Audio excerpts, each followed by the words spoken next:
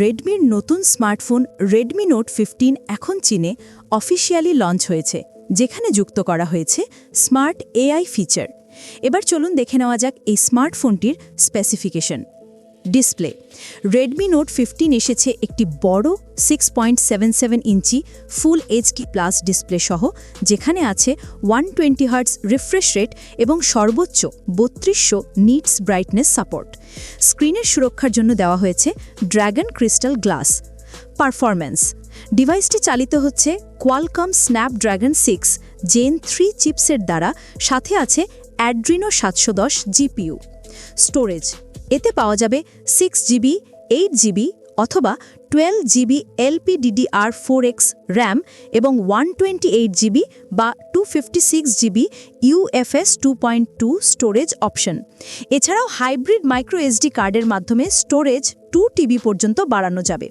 Camera রিয়ার সাইডে আছে dual camera setup, 50 megapixel main camera, 1.8 aperture এবং 2 megapixel depth sensor, 2.4 aperture.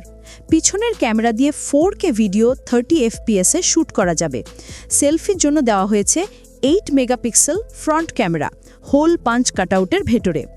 Battery ও software ফোনটিতে রয়েছে বিশাল 5800 mAh ব্যাটারি, সঙ্গে 45 ওয়াট ফাস্ট চার্জিং।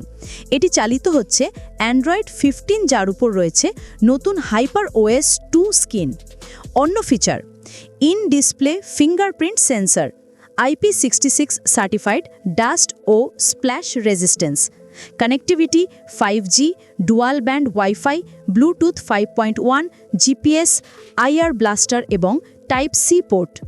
ডিজাইন ও ডাইমেনশন ফোনটির মাপ 164x75.42 x 7.4 mm এবং ওজন মাত্র 178 গ্রাম।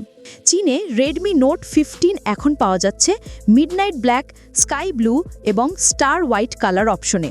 তো আপনাদের কেমন লাগলো এই নতুন রেডমি নোট 15 স্মার্টফোনটি?